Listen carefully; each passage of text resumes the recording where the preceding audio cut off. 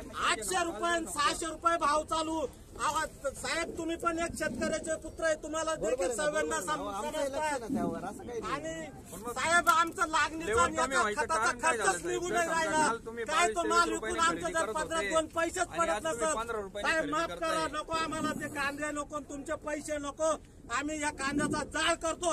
आणि आम्ही आता तुमच्या मार्केट कमिटीच्या आवारात आम्हाला सरळ काहीतरी तुम्ही गोळ्या झाडा, नाहीतर आम्हाला फाशी द्या। अहो साहेब, मागच्या वर्षी अति उत्पन्न झालं, शासनाने 350 रुपयाचं अनुदान घोषित केलं आणि भिकाऱ्यांसारखं आम्हाला एकदा 10,000 रुपये दिले आणि नंतर आता 10,000 दिले, आता म्हणतं अजून 4,000 देऊ। अहो कृषी प्रधान देश म्हणते ना, आम्हाला हे भिकारी समजू राहिले, हे आम्हाला मान्यच नाही। जसं नथुराम गोडसेंनी गांधीजींना गोळ्या घातल्या होत्या, तसं आता या कमलाबाईला गोळ्या घातल्याशिवाय आम्हाला शेतकऱ्यांनी आता कुठलाही पर्याय नाही। एक तर कमलाबाई संपवायची किंवा आता आम्हाला संपवलं तरी चालत।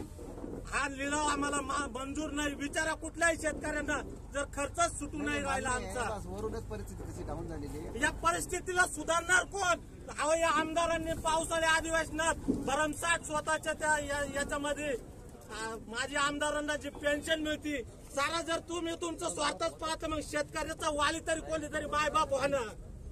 काय भाव गेला? 700 रुपये कांदा, आता 700चा कांदा आहे। 700चा कांदा कारण दाखवा, कांदा काय करायचं? कांदा आहे का? कारण दाखवा। पूर्ण लाईन चेक करा ना, पूर्ण लाईन चेक करा ना। मागे गेलाय तो, मागे 600-800 रुपये असा भाव चालू आहे साहेब। आमचा बियाण्याचा लागणीचा खताचा खर्च नाही सुटून राहिला, मग ते कांदे विकायचे कशासाठी? मग घेऊ आपण तुमचा जो अहो काल पण तसाच गोंधळ झाला, प्रत्येक ठिकाणी होत आहे। नाही बाजार भाव कमी झाले, पण मग शेतकऱ्यांना फक्त उपभोग वस्तू म्हणूनच वापरायची का? नुसतं तुम्ही कृषी प्रधान देश म्हणून समजायचं आणि शेतकऱ्यांच्या बाबतीत कुठलाही हिताचा निर्णय घेत नसाल तर काय आमचं शेतकऱ्यांचा जगून उपयोग काय?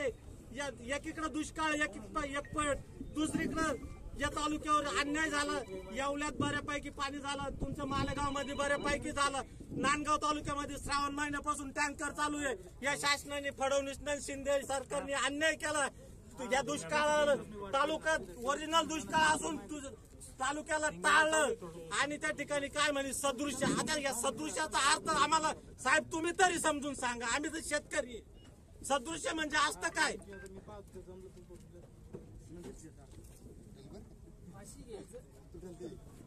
आम्हाला सरळ तिथं तुमच्या दारामध्ये आम्ही इच्छुक शेतकरी, आम्हाला फाशी देऊन मोकळे व्हा। कशाला आमचे हाल करू राहिले? आमदार कामदारांनी, मंत्री जंत्र्यांनी फक्त त्यांचे फायदे पाहायचे।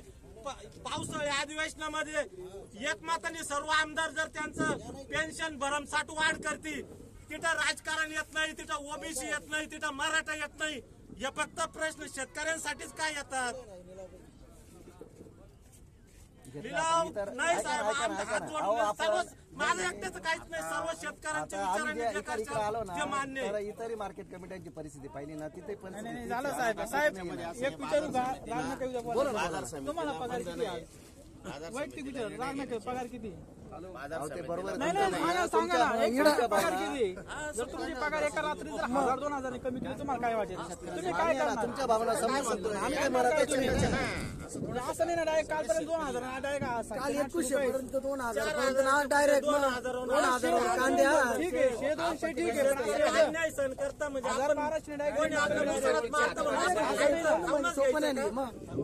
सगळंच मार्केटच्या हातात आहे असं काही नाही, सगळं व्यापाऱ्याच्या हातात आहे असं काही नाही। त्याला आम्ही व्यापाऱ्याला कोण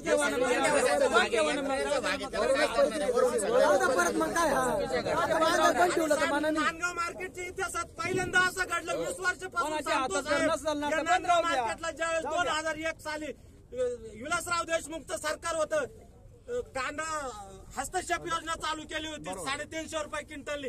महाराष्ट्रामध्ये असं पहिलं मार्केट होतं, कुठलाही भ्रष्टाचार झाला नव्हता, परंतु यावेळेस 350 रुपयामध्ये सर्वात जास्त महाराष्ट्रामध्ये नांदगाव मार्केट कमिटीमध्ये भ्रष्टाचार झाला आणि बोलतान मार्केटमध्ये भ्रष्टाचार झाला। व्यापारी आणि कर्मचारी यांनी संगनमताने सर्वात मोठा भ्रष्टाचार झाला आणि शेतकरी मायबापांना त्याचा 10,000 रुपये त्या भ्रष्टाचारामुळे आम्हाला पैसे देऊ राहिले। आज तो भ्रष्टाचार झाला नसता तर 1 रकमी रक्कम भेटली असती माझ्या शेतकरी मायबापांना। असं चुकीचं काही आरोप नाही आरोप नाही करणार हे सिद्ध करून देईल जर सिद्ध नाही करून दिलं तर फाशीची शिक्षा घ्याईल काय झालं व्यापाऱ्यांच्या पावतीची देखील तुमच्याकडे व्यापाऱ्यांचे फाशीची शिक्षा घ्याईल साहेब सिद्ध करून नाही दिलं तर हा आरोप खोटं ज्यावेळेस शेतकऱ्यांची यादी आली ना त्याच्यात व्यापाऱ्यांच्या सुद्धा याद्या होत्या तेव्हा त्याचं जे पण असेल ऐकून त्याचं घ्या आरोप झाले आम्ही कमी भाव देतो ना हे बरोबर आहे आमच्या उदरी व्यापारी राहतात हे बी तुम्हाला सांगितलेलं 4 वेळेस नाही नाही बा तुम्ही उधारी वगैरेचा विषय तो आहे ना तो आमच्या नाही, ऑफिसला उधारी- चर्चा